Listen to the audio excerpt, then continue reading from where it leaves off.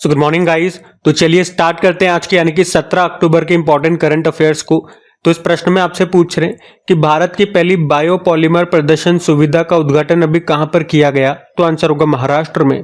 तो महाराष्ट्र के पुणे के जेवरी नामक स्थान पर भारत की पहली बायोपॉलीमर प्रदर्शन सुविधा का अभी उद्घाटन किया गया है। इसका निर्माण किया प्राज इंडस्ट्रीज ने और ये जो सुविधा है, ये जो फैसिलिटी है, ये पॉलीलैक्टिक एसिड बायोप्लास्टिक के उत्पादन के लिए टेक्नोलॉजी विकसित करने पर केंद्रित है। मतलब यहाँ पर प्लास्टिक का एक विकल्प, एक अल्टरनेटिव यहाँ पे तैयार किया जाएगा जो कि बायोपॉलीमर है, ताकि प्लास्टिक पॉल्यूशन को कम किया जा सके। क्योंकि ये जो बायोप्लास्टिक है ये आसानी से विघटित यानी कि डिकम्पोज हो सकेगा। मिट्टी में भी अगर आप इसे रख दोगे तो मिट्टी के बैक्टीरिया ही इसे डिकम्पोज कर देंगे। तो ये है भारत की पहली बायोपॉलीमर प्रदर्शन सुविधा। हमने कहा कहां पे? महाराष्ट्र में। महाराष्ट्र में आपको कई बार बता चुका हूं। आज एक काम करते हैं, भारत में बहुत सारी चीजें जो पहली बार हुई है उन्हीं से संबंधित कुछ करंट अफेयर्स के प्रश्न मैं आपको रिवाइज करवाता हूं।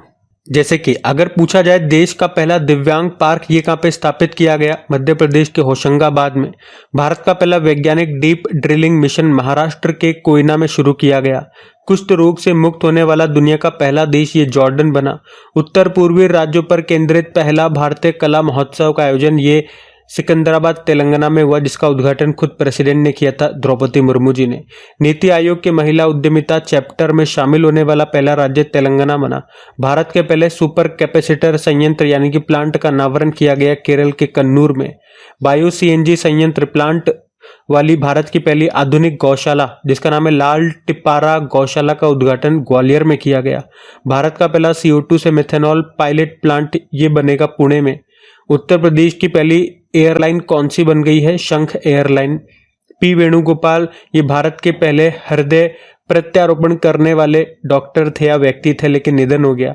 भारतीय विदेश व्यापार संस्थान ने अभी कहां पर अपना पहला विदेशी परिसर स्थापित करने की घोषणा की? तो यूनाइटेड अरब अमीरात। भारत का पहला एरोस्पाइक रॉकेट इंजन का सफल परीक्षण किसने किया? स्पेस फील्ड ने। ये बेंगलुरु का स्टार्टअप है। भारत का पहला टील कार्बन अध्ययन ये कहां पे किया गया? केवलादेव नेशनल पार्क राजस्थान में है। और मतदाताओं को सभी स्तरों पर न्यायाधीशों के चुनाव की अनुमति देने वाला दुनिया का पहला देश बना है मैक्सिको। तो ये बिल्कुल लेटेस्ट करंट अफेयर्स के प्रश्न जो कि पहली बार से संबंधित है वो हमने रिवाइज करे यहाँ पे, तो इनको ध्यान में रखना। अगला प्रश्न देखते हैं। और आज वीडियो आपको लेट मिल रहा होगा क्योंकि रात में सिस्टम चालू नहीं हुआ, 2 घंटे लग गए। एक्चुअली में उसके चार्जिंग में प्रॉब्लम आ रही है।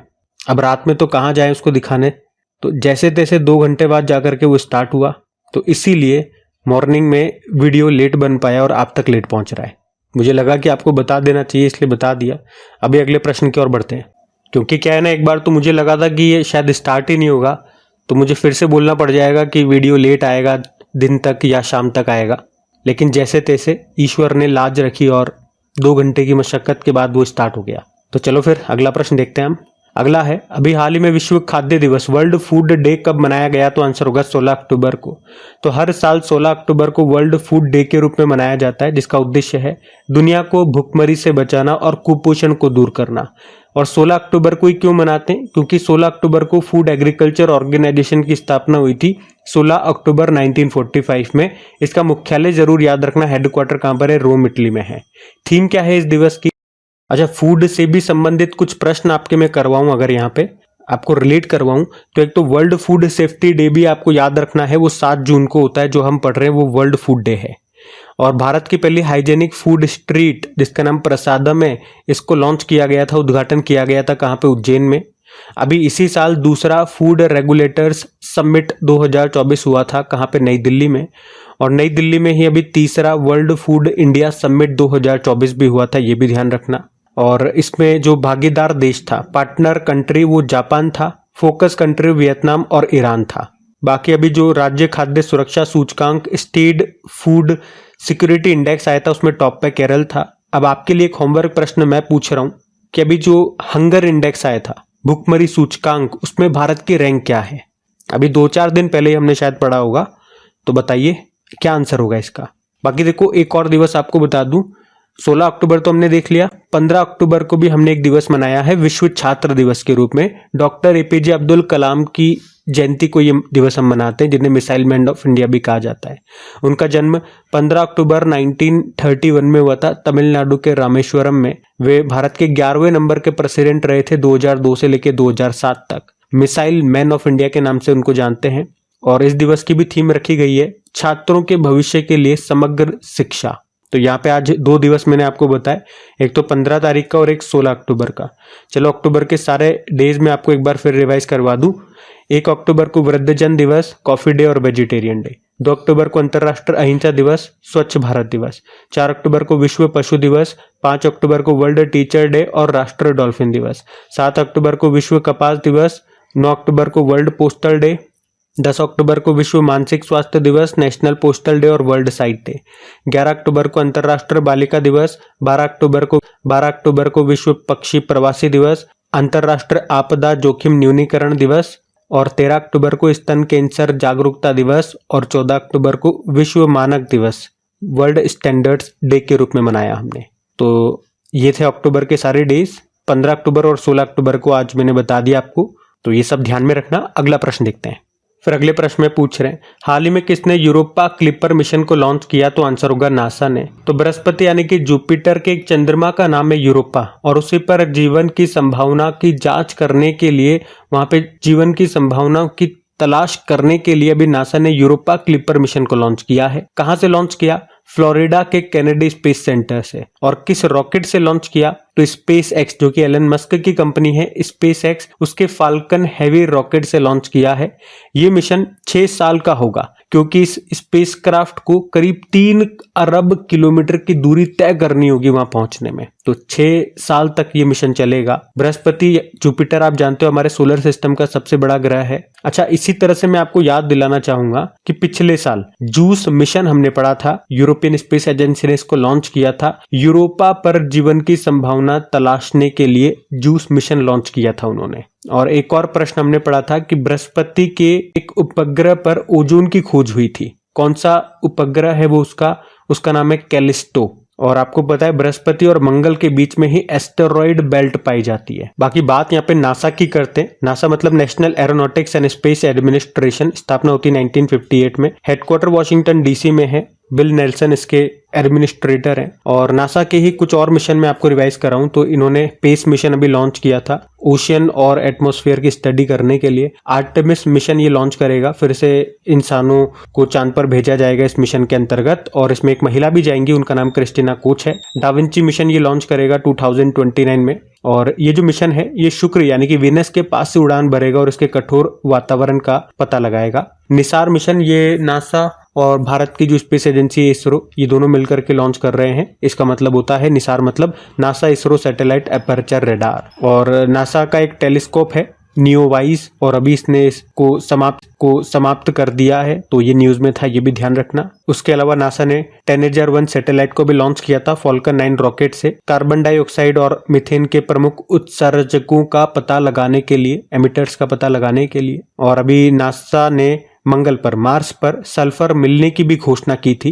नासा का मंगल पर एक रोवर है जिसका नाम है मार्स क्यूरियोसिटी, और उसी ने ये सल्फर की खोज की है। और अभी नासा ने मंगल के लिए चेपिया मिशन भी, चेपिया प्रोजेक्ट भी लॉन्च किया था। चेपिया बोल दो। उसके अलावा अभी हमने पढ़ लिया यूरोपा क्लिपर मिशन लॉन्च कर दिया है नासा ने। ये जुपिटर के यूरोपा चंद्रमा पर जीवन के पता लगाएगा। और नासा ने सुनीता विलियम्स को धरती पर वापस लाने के लिए भी किसके सहयोग से क्रू 9 मिशन लॉन्च किया? तो आंसर होगा स्पेस एक्स। तो नासा से संबंधित ये कुछ करंट अफेयर्स के प्रश्न भी आप ध्यान रखिए। हम अगला प्रश्न देखते हैं। फिर अगले प्रश्न में पूछ रहे हैं, अभी हाल ही में किसने उन्नत आग उगलने वाला हथियार ड्रैगन ड्रोन तैयार किया है? तो आंसर होगा यूक्रेन ने। और अभी यूक्रेन ने आग उगलने वाला हथियार जिसका नाम है ड्रैगन ड्रोन, इसको तैयार किया है और इसे रूस यूक्रेन युद्ध में तैनात किया है। ये एक विशेष प्रकार का ड्रोन है, नाम से समझ में आ रहा है, और इसे थर्माइट आधारित हमले के लिए डिजाइन किया गया है। इसका उपयोग सैन्य ठिकानों पर पिघले हुए थर्माइट छिड़कने के लिए किया जाएगा। थर्माइट ये एल्यूमिनियम और आयरन ऑक्साइड का मिश्रण होता है जो अत्यधिक 2427 डिग्री सेल्सियस तक की गर्मी पैदा कर सकता है। थर्माइट को मैं आपको बता दूं, इस थर्माइट पदार्थ का जो उपयोग है, इसका यूज है रेलवे बिल्डिंग में हम करते हैं। तो ये है थर्माइट। तो ये जो ड्रैगन ड्रोन है, तो ये थर्माइट को उगलेगा, थर्माइट का छिड़काव करेगा, जिससे बहुत अधिक गर्मी पैदा होगी और इससे दुश्मन मर जाएगा इनके अनुसार। अच्छा, इसी तरह कुछ और ड्रोन हमारे न्यूज में रहे थे, मैं आपको रिवाइज कराऊंगा, लेकिन उससे पहले मैं आपको यूक्रेन ले चलता हूँ। ये रहा मैप में यूक्रेन, कैपिटल कीव है, करेंसी है यूक्रेनियन रेवेनिया। मेरे ख्याल से हर स्टूडेंट्स को अब यूक्रेन के बारे में पता है, इसके स्टैटिक, क्योंकि बहुत न्यूज में है। प्रेसिडेंट व्लादिमीर ज़ेलेंस्की है, खास तौर पे प्रेसिडेंट का नाम। और अभी आपको याद होगा 2024 में ही यूक्रेन में शांति पर शिखर सम्मेलन हुआ था। पूछेंगे कहाँ पे, तो बहुत सारे स्टूडेंट सोचेंगे यूक्रेन में शांति पर शिखर सम्मेलन तो यूक्रेन में ही हुआ होगा। ऑप्शन है एग्जामिनर यूक्रेन ही डालेगा, लेकिन आंसर होगा स्विट्जरलैंड। अभी यूक्रेन ने AI powered digital spoke person launch की थी, उसका नाम क्या है? विक्टोरिया शी है। अच्छा, ड्रोन से संबंधित प्रश्न मैंने आपको कराने के लिए बोला है, तो चलो कराते हैं सभी इंपॉर्टेंट ड्रोन वाले प्रश्न आपको। ये सारे करंट अफेयर्स के प्रश्न भैया, ध्यान से सुनना। अभी आईआईटी गुवाहाटी ने भारत का सबसे बड़ा drone pilot training organisation launch किया था, और गरुड़ एरोस्पेस ने सीमा गश्ती निगरानी ड्रोन लॉन्च किया था, जिसका नाम त्रिशूल है।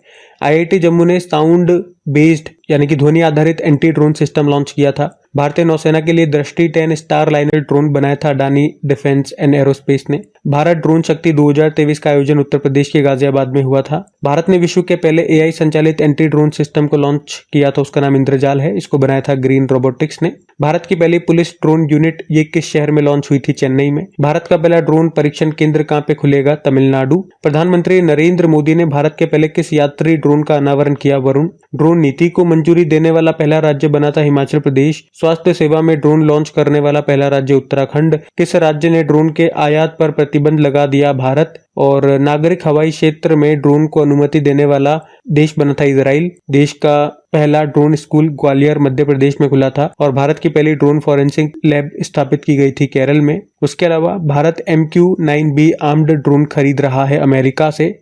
नागास्त्र 1 क्या है? तो आत्मघाती ड्रोन है। और भारतीय सेना ने ऊंचाई वाले क्षेत्रों के लिए भी हिम ड्रोन थोन 2 कार्यक्रम किया था, कहां पे? लद्दाख में। तो ये ड्रोन से संबंधित प्रश्न हमने पढ़े, ध्यान में रखिए। अगला प्रश्न देखते हैं। फिर अगले प्रश्न में पूछ रहे, औषधि नियामक प्राधिकरणों की 19वीं अंतरराष्ट्रीय सम्मेलन का आयोजन कहां पे किया गया? तो आंसर होगा भारत में। International conference of drug regulatory authorities यानी कि औषधि नियामक प्राधिकरणों का अंतरराष्ट्रीय सम्मेलन 2024 में, ये जो इसका है 19वां संस्करण हुआ, कहां पे हुआ? नई दिल्ली में हुआ। 14 से लेके 18 अक्टूबर 2024 तक भारत पहली बार इसे होस्ट कर रहा है, तो इंपॉर्टेंट प्रश्न हो गया।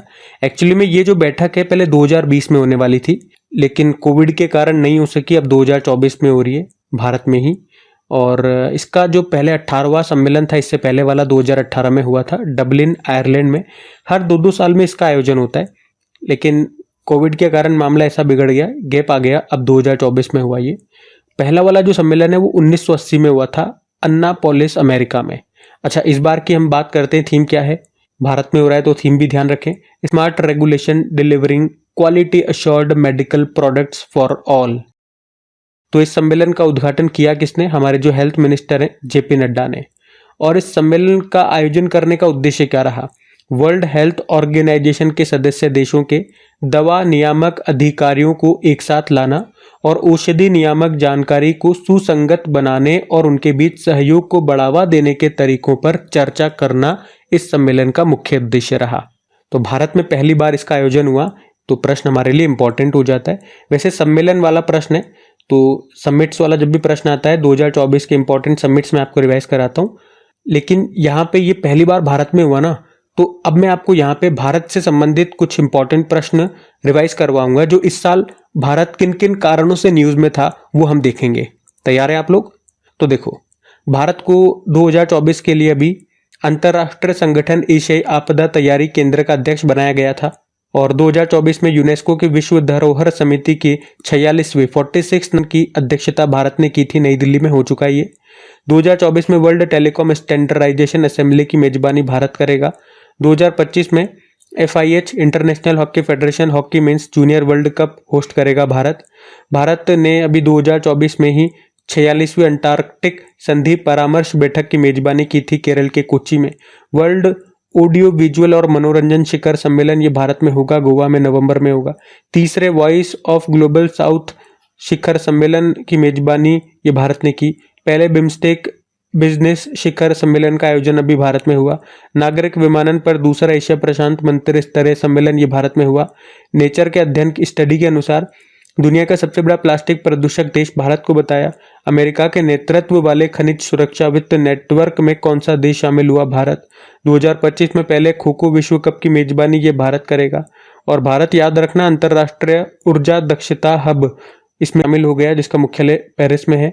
अभी भारत ने ट्रेकोमा को भी समाप्त कर दिया है। आंखों को प्रभावित करता है ये रोग। उसके अलावा दक्षिण पूर्व एशिया के लिए 77वीं WHO क्षेत्रीय समिति की बैठक ये भारत में हुई। और यूनाइटेड नेशन पॉपुलेशन फंड ने मात्र स्वास्थ्य और परिवार नियोजन में अग्रणी भूमिका के लिए अभी किस देश को सम्मानित किया? तो भारत आंसर होगा। और यूनिसेफ को स्वास्थ्य पोषण सहायता प्रदान करने वाला तीसरा सबसे बड़ा आपूर्तिकर्ता देश ये भी भारत बन गया। तो इन सब कारण से अभी भारत न्यूज में रहा। वो सारे प्रश्न एक साथ मैंने आपको यहाँ पे रिवाइज करवा दिए, तो ध्यान रखिएगा इन सबको। और हाँ, अगर आप में से कोई स्टूडेंट पहली बार क्रेक एग्जाम चैनल पे करंट अफेयर्स पढ़ रहे हैं, तो पहले तो मैं आपको ये बता दूं, ये जो भी क्वेश्चन हम पढ़ रहे हैं और साथ में जो रिवीजन मैं आपको करवा रहा हूँ, ये सभी शीट मैं आपको PDF में भी दूंगा। PDF बिल्कुल फ्री होती है, जो आपको मिलेगी कहाँ पे? अपने टेलीग्राम चैनल पे। टेलीग्राम का लिंक नीचे डिस्क्रिप्शन बॉक्स में है, तो लिंक पे क्लिक करेंगे, डायरेक्ट वहाँ चले जाएंगे, वहाँ ज्वाइन का बटन आएगा, उसे ज्वाइन कर लीजिएगा, ताकि जब भी PDF अपलोड होती है, वीडियो अपलोड होता है, उसका नोटिफिकेशन आपको मिल सके। बाकी अगर सेशन पसंद आए तो प्लीज़ वीडियोस को सपोर्ट ज़रूर कीजिएगा, इसे अपने दोस्तों के साथ में स्टडी ग्रुप में एक बार शेयर करके। और अभी तक आपने वीडियो को लाइक नहीं करा तो यार लाइक ज़रूर कर देना। आज के इस वीडियो के लाइक का टारगेट रखते हैं 5000 लाइक का। तो जिस तरह से ये कंटेंट आपके लिए, वीडियो आपके लिए कीमती होता है, इन वीडियोस के लिए आपका सपोर्ट कीमती होता है, तो सपोर्ट कीजिएगा। हम अगला प्रश्न देखते हैं। तो अगले प्रश्न में पूछ रहे हैं, हाल ही में किस यूनियन टेरिटरी ने काकसर ब्रिज का नाम बदलकर कैप्टन अमित भारद्वाज सेतु रख दिया है? तो आंसर होगा लद्दाख। तो अभी लद्दाख में कारगिल युद्ध के नायकों को श्रद्धांजलि देते हुए सेना ने काकसर ब्रिज का नाम बदलकर कैप्टन अमित भारद्वाज सेतु कर दिया। कैप्टन भारद्वाज ने 1999 के कारगिल युद्ध में मातृभूमि की रक्षा करते हुए सर्वोच्च बलिदान दिया था। अब पहले तो मैं यहाँ पे अभी कुछ नाम जो हमारे चेंज हुए थे वो मैं आपको रिवाइज कराऊंगा, उसके बाद मैं आपको लद्दाख में ले चलूंगा। जैसे कि आपको याद है, उत्तर प्रदेश ने काकोरी कांड का नाम बदल के काकोरी ट्रेन एक्शन किया था। फुर्सतगंज रेलवे स्टेशन का नाम तपेश्वर धाम रेलवे स्टेशन किया। राष्ट्रपति भवन के दरबार हॉल का नाम बदलकर गणतंत्र मंडप कर दिया और अशोक हॉल का नाम अशोक मंडप कर दिया। पुणे एयरपोर्ट का नाम जगत गुरु संत श्रेष्ठ तुकाराम महाराज के नाम पे किया। जो अंडमान निकोबार की कैपिटल है पोर्ट ब्लेयर, उसका नाम श्री विजयपुरम हो गया। महाराष्ट्र स्टेट स्किल यूनिवर्सिटी का नाम बदलकर रतन टाटा जी के नाम पे हो गया। महाराष्ट्र में ही अहमदनगर का नाम अहिल्या नगर हो गया। अयोध्या एयरपोर्ट का नाम महर्षि वाल्मीकि के नाम पे हो गया। राजपथ का नाम कर्तव्य पथ कर दिया था और चंडीगढ़ एयरपोर्ट का नाम शहीद भगत सिंह जी के नाम पे कर दिया था। ये तो कुछ नाम चेंज हमने पढ़ लिए। बाकी मैं आपको ले चलता हूँ लद्दाख। तो ये रहा मैं पे लद्दाख। कैपिटल इसकी लेह और कारगिल दोनों हैं। लेफ्टिनेंट गवर्नर BD मिश्रा हैं। वैसे अभी 5 नए जिले और बन गए, वो हम पढ़ेंगे आगे। पहले कुछ फेस्टिवल्स अगर हम पढ़ लें तो Losar festival, Spituk Gustor festival, Hemis festival, nomadic festival, Zanskar festival, Hemis Gompa festival मनाते हैं। कुछ GI टैग्स लद्दाख से जो मिले, पश्मीना ऊन, सिबक थॉर्न, रक्त से खुबानी, ये फ्रूट्स हैं। लद्दाख की लकड़ी की नक्काशी को GI टैग मिला था। बाकी भारत का पहला डार्क नाइट स्काई रिजर्व बनेगा लद्दाख के हेनले में। दुनिया का सबसे ऊंचा लड़ाकू हवाई अड्डा बनेगा लद्दाख के न्यूमा में। 5 नए जिले बने, उनके नाम हैं जांस्कर, द्रास, शाम, नुब्रा और चांगथांग। भारतीय सेना ने कहां पर पर्वत प्रहार अभ्यास किया? लद्दाख में। ये प्रश्न आया था एग्जाम में। भारतीय सेना ने ऊंचाई वाले क्षेत्रों के लिए हिम ड्रोनेथॉन कार्यक्रम का आयोजन किया था लद्दाख में ही। लद्दाख में एशिया की सबसे बड़ी दूरबीन स्थापित की गई थी, जिसका नाम है मेजर एटमॉस्फेरिक चेरेनकोव एक्सपेरिमेंट यानी कि मेस, और इसे लद्दाख के हानले वेधशाला में रखा गया। तो ये लद्दाख से संबंधित कुछ इंपॉर्टेंट करंट अफेयर्स हमने पढ़े 2024 के, ध्यान में रखिएगा। अगला प्रश्न देखते हैं। फिर पूछ रहे हैं, अभी हाल ही में बहुउद्देशीय पोत परियोजना का पहला जहाज जिसका नाम समर्थक है कहां से लॉन्च हुआ? तो आंसर होगा चेन्नई। तो अभी भारतीय नौसेना में एक और जहाज शामिल हो गया है जिसका नाम समर्थक है, और इसका निर्माण किया लार्सन एंड टुब्रो ने। कहां से लॉन्च किया, कहां से नौसेना में इसको शामिल किया गया? तो चेन्नई से। चेन्नई के कट्टुपल्ली से इसे नौसेना में शामिल कर लिया गया है। ये एक बहुउद्देशीय पोत है, मतलब मल्टीपर्पज है, कई तरह से हम इसका इस्तेमाल कर सकते हैं। जैसे कि हथियारों की टेस्टिंग करनी है तो इस पे कर सकते हैं, वहाँ ये इस्तेमाल होगा। बड़े शिपों को खींचना है तो वहाँ पे इसका इस्तेमाल कर सकते हैं, और भी कई तरह से इसको यूज़ किया जाएगा। तो बहुउद्देशीय पोत है ये। अच्छा, इसी तरह से कुछ और जहाज जो इंपॉर्टेंट न्यूज़ में थे मैं आपको रिवाइज कर रहा हूँ। आईएनएस विक्रांत याद रखेंगे आप, भारत का स्वदेशी विमान वाहक पोत है। आईएनएस अर्नला देश की पहली एंटी सबमरीन कॉर्वेट है। आईएनएस अग्रे और आईएनएस अक्षय के बारे में पढ़ा था इसी साल हमने। भारतीय नौसेना के 2 स्वदेशी पनडुब्बी रोधी युद्ध पोत हैं ये। इनका निर्माण किया गार्डन शिप बिल्डर्स लिमिटेड ने। और आईएनएस अरिहंत भारत की पहली परमाणु पनडुब्बी है, न्यूक्लियर सबमरीन। और आईएनएस अरिघात भारत की दूसरी परमाणु पनडुब्बी है, अभी विशाखापत्तनम से इसको नौसेना में शामिल किया था। आईएनएस शिवालिक रिम्पैक एक्सरसाइज हुआ था अमेरिका ने जिसका आयोजन किया था, वहां पे भारत ने भी हिस्सा लिया था और भारत की तरफ से आईएनएस शिवालिक गया था। और वहीं पे जो नौसेना गनफायर सहायता प्रतियोगिता यानी कि रोडियो ट्रॉफी हुई थी उसको भी जीत लिया था आईएनएस शिवालिक ने। आईएनएस तारिणी न्यूज में है क्योंकि अभी इसी में बैठ करके गोवा से दूसरा नाविक सागर परिक्रमा अभियान शुरू हुआ। इसमें 2 चालक दल गए हैं, एक का नाम है रूपा है और दूसरी है दिलना के। ये पूरी पृथ्वी का चक्कर लगाएंगे इसमें बैठ के। भारतीय नौसेना में शामिल दूसरा सबसे बड़ा स्वदेशी सर्वे पोत, इसका नाम आईएनएस निर्देशक है, पहला आईएनएस संध्याक था।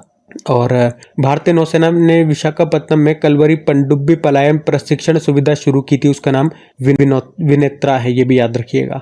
और ये भी याद रखना भारत का पहला पनडुब्बी पर्यटन ये कहाँ पे शुरू हुआ, द्वारका गुजरात में। ठीक है, अगला प्रश्न बढ़ते हैं।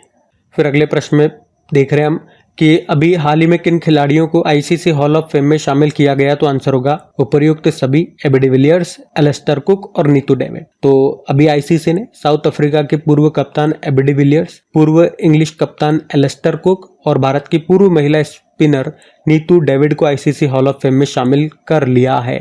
आपसे पूछूं एक प्रश्न, पिछले साल की बात है, आईसीसी हॉल ऑफ फेम में शामिल होने वाली पहली भारतीय महिला कौन बनी थी? तो ये आपके लिए छोड़ दूं क्या होमवर्क प्रश्न? चलो अभी मैं बता देता हूँ, इंपॉर्टेंट है क्योंकि नाम है इनका डायना एडुल्जी। डायना एडुल्जी का नाम आपने सुना होगा और इंपॉर्टेंट है, याद रखना।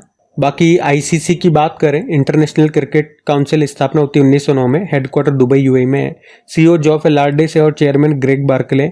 लेकिन इस साल के एंड में नए चेयरमैन एक भारतीय बनेंगे, उनका नाम है जय शाह, जो कि वर्तमान में बीसीसीआई के सचिव हैं। अच्छा, क्रिकेट से भी संबंधित कुछ प्रश्न मैं आपको करवाऊं तो अभी जो नवा महिला एशिया कप 2024 श्रीलंका में हुआ था, उसको श्रीलंका ने जीता, भारत को हराया था। नवा आईसीसी मेंस टी20 वर्ल्ड कप 2024 अभी वेस्ट इंडीज और अमेरिका में हुआ था, भारत ने जीता, साउथ अफ्रीका को हराया। Player of the series Jasprit Bumrah थे। उसके अलावा अभी जो नवा आईसीसी महिला टी20 वर्ल्ड कप है ये चल रहा है, बांग्लादेश में होना था लेकिन हुआ कहाँ पे, यूनाइटेड अरब अमीरात में। 2025 में जो मेंस एशिया कप है वो भारत में होंगे टी20 फॉर्मेट में, और 2027 वाले मेंस एशिया कप बांग्लादेश में होंगे वनडे फॉर्मेट में। अभी रणजी ट्रॉफी को जीत लिया मुंबई ने, विदर्भ को हराया, और ईरानी कप को जीत लिया मुंबई ने ही, शेष भारत को हराया है। और जल्द ही यानी कि जनवरी 2025 में एशियन क्रिकेट काउंसिल के नए हेड बन जाएंगे मोहसिन नकवी, ये भी पाकिस्तान क्रिकेट बोर्ड के अध्यक्ष हैं। वैसे वर्तमान में एशियन क्रिकेट काउंसिल के अध्यक्ष कौन है,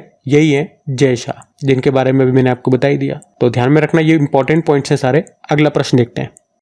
तो अगले में पूछ रहे हैं, अभी हाल ही में किस देश ने राष्ट्रपति द्रौपदी मुर्मू को राजनीति विज्ञान में मानद डॉक्टरेट की डिग्री प्रदान की है? तो आंसर होगा अल्जीरिया। अभी आपको याद हो तो हमने पढ़ा था कि हमारी जो प्रेसिडेंट है द्रौपदी मुर्मू, वो 3 अफ्रीकी देशों की यात्रा पर है। 13 को गई, 19 अक्टूबर तक रहेंगी। कौन कौन से देश हैं वो? अल्जीरिया, मॉरिटानिया और मलावी। और यहाँ की यात्रा करने वाली वो पहली भारतीय राष्ट्रपति भी हैं, ये हम पढ़ चुके हैं। और जब वो सबसे पहले अल्जीरिया गई तो वहाँ पे उन्हें राजनीति विज्ञान में मानद डॉक्टरेट की उपाधि से सम्मानित किया गया, ये आपको ध्यान रखना है। अच्छा, इसी तरह से मैं आपको एक और पॉइंट याद दिलाऊंगा कि इसी साल की बात है, 2-4 महीने पहले की बात है, हमारी प्रेसिडेंट द्रौपदी मुर्मू जब मॉरिशस की यात्रा पर गई थी तो वहाँ पर उनको डॉक्टर ऑफ सिविल लॉ की मानद उपाधि से भी सम्मानित किया गया था, तो वो भी ध्यान रख लो। बाकी प्रेसिडेंट से संबंधित और भी प्रश्न मैं आपको कराऊंगा, लेकिन पहले मैं आपको अल्जीरिया ले चलता हूँ। ये रहा मैप में अफ्रीकी अल्जीरिया, आप देखोगे एरिया वाइज अफ्रीका का सबसे बड़ा देश है ये अल्जीरिया। कैपिटल अल्जियर्स होती है, करेंसी है अल्जीरियाई दिनार और प्रेसिडेंट है अब्देल मजीद तेब्बोने। और मैं आपको बता दूं, दुनिया की तीसरी सबसे बड़ी मस्जिद और अफ्रीका की सबसे बड़ी मस्जिद यहीं पे बनी है, उसका नाम है जामा अल जाज़ेर। और इसी साल न्यू डेवलपमेंट बैंक, जिसे आप ब्रिक्स बैंक भी बोलते हैं, उसका नया सदस्य अल्जीरिया ही बना था। अच्छा, राष्ट्रपति से और पॉइंट मैं आपको रिवाइज कर रहा हूँ। तो पिछले साल सूरीनाम जब वो गई थी तो वहाँ का सर्वोच्च सम्मान येलो स्टार उनको मिला था। अभी इन पे बुक आई थी एक, Draupadi Murmu from tribal hinterland to Raisina Hills, Kasturi Ray ने लिखा। जब वो इस साल तिमोर लेस्टे भी गई थी, वहाँ का सर्वोच्च सम्मान भी मिला था, grand collar of order. Fiji देश भी इस साल गई थी, वहाँ का भी सर्वोच्च नागरिक सम्मान मिला, companion of the order of Fiji कहते हैं। राष्ट्रपति भवन के दरबार हॉल का नाम हमने पढ़ लिया बदल के गणतंत्र मंडप, और अशोक हॉल का नाम अशोक मंडप हो गया। राष्ट्रपति द्रौपदी मुर्मू जी ने महाराष्ट्र के लातूर में विश्व शांति बुद्ध विहार का उद्घाटन किया। राष्ट्रपति द्रौपदी मुर्मू जी ने अभी कौन से विधि आयोग के गठन को मंजूरी दे दी है? तो 23वां है ये। पिछली बार इसमें करेक्ट कर लेना कि मैंने 22वां लिखवा दिया था, तो 22वां तो खत्म हो गया, अब नया जो है वो 23वां है, तो ये याद रखना। हम अगला प्रश्न देखते हैं।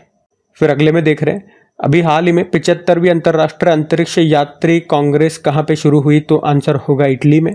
तो अंतर्राष्ट्रीय अंतरिक्ष यात्री कांग्रेस 2024, इसका 75वां एडिशन है, 75 नंबर का, 14 से लेकर 18 अक्टूबर 2024 तक। कहाँ पे? मिलान, इटली में।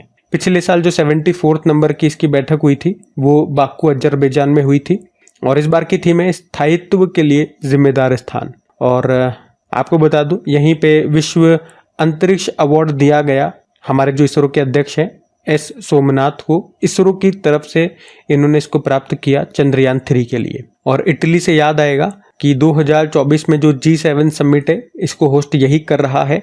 2026 में विंटर ओलंपिक्स भी यहीं पे होंगे।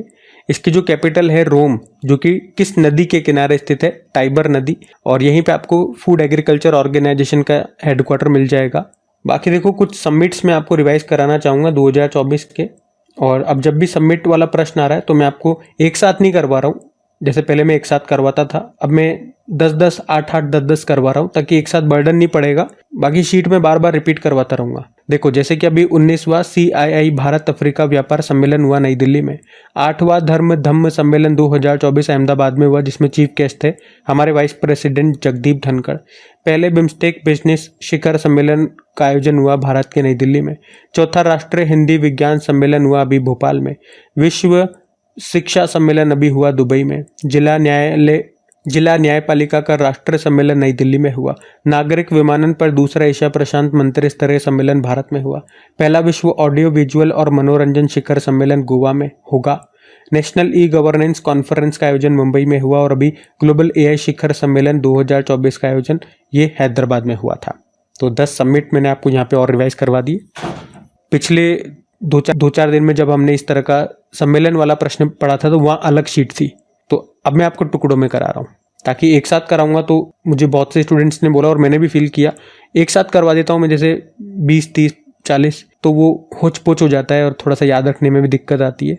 और जो रेगुलर स्टूडेंट्स हैं उनको ज़्यादा दिक्कत नहीं आती है, क्योंकि एक तो आपने करंट अफेयर्स की क्लास में पढ़ लिया और बार बार मैंने जाने कितनी बार उस शीट को रिवाइज करा दिया। लेकिन जो नए स्टूडेंट्स हैं उनको दिक्कत आती है, वो देख करके घबरा जाते हैं कि इतना सारा कैसे है। तो इसीलिए मैं आप सभी से कहता हूँ कि करंट अफेयर्स की क्लास में आप रेगुलर रहें, चाहे कैसे भी किसी भी वक्त समय निकालें, सुबह निकालें, शाम को निकालें, रात में निकालें, लेकिन रेगुलर रहें। कोई भी वीडियो नहीं छोड़ना है, वरना फिर चीज़ें नई नई लगती हैं और नई नई चीज़ें लगेंगी तो कॉन्फिडेंस कम आएगा। सारी चीज़ें पढ़ी हुई आपको लगेंगी, नाम सुने हुए लगेंगे, तो कॉन्फिडेंस अपने आप बढ़ता जाएगा कि यार ये तो नाम सुना सुना लग रहा है, मतलब मुझे आता है। खैर, आज की क्लास यहीं तक रखते हैं। और एक बार फिर से याद दिला दूं, सेशन को अभी तक लाइक नहीं करा तो लाइक ज़रूर कीजिएगा, शेयर ज़रूर किया। PDF के बारे में मैंने आपको बता दिया है। चलो अभी कल के करंट अफेयर्स का भी मैं आपको क्विक रिवीजन करा दूं, फिर हम सेशन एंड करते हैं। तो पहला प्रश्न पूछा था अभी हाल ही में, मैया सम्मान योजना की राशि को 1000 रुपये से बढ़ा के कितना कर दिया? तो 2500 रुपये कर दिया। फिर पूछा देश का पहला हिंदी साहित्य संग्रहालय कहाँ पे स्थापित किया जाएगा? उत्तर प्रदेश में। अंतर्राष्ट्रीय ग्रामीण महिला दिवस मनाया गया 15 अक्टूबर को। भारतीय तटरक्षक बल के 26वें महानिदेशक बन गए DG परमेश शिवमणि। 5वें राष्ट्रीय जल पुरस्कार 2023 में किस राज्य को सर्वश्रेष्ठ राज्य का पुरस्कार मिला? तो उड़ीसा। और IAF वर्ल्ड स्पेस अवार्ड से सम्मानित किया गया इसरो के अध्यक्ष एस सोमनाथ को। और 2024 ATP शंघाई मास्टर्स टेनिस प्रतियोगिता में पुरुष एकल का खिताब जीता जानिक सिनर ने। और अभी लॉन्च अनलीस्ड ये किसकी आत्मकथा है? मेमोयर है, तो बोरिस जॉनसन का। किस खिलाड़ी ने सितंबर माह के लिए ICC women's player of the month का खिताब जीता? टेमी ब्यूमेंट इंग्लैंड की हैं। और WTA वुहान ओपन 1000 टेनिस प्रतियोगिता में महिला एकल का खिताब जीता है आर्यना सबालेंका बेलारूस की है। चलो अभी कल का भी होमवर्क प्रश्न देखते हैं और सेशन एंड करते हैं। तो कल में पूछा था आपसे अभी डॉक्टर सी नारायण रेड्डी साहित्य पुरस्कार से किसे सम्मानित किया गया, तो आंसर होगा शिव शंकरी को। आप सभी ने प्रश्न का बिल्कुल सही उत्तर दिया। अब ये आज का आपका होमवर्क प्रश्न।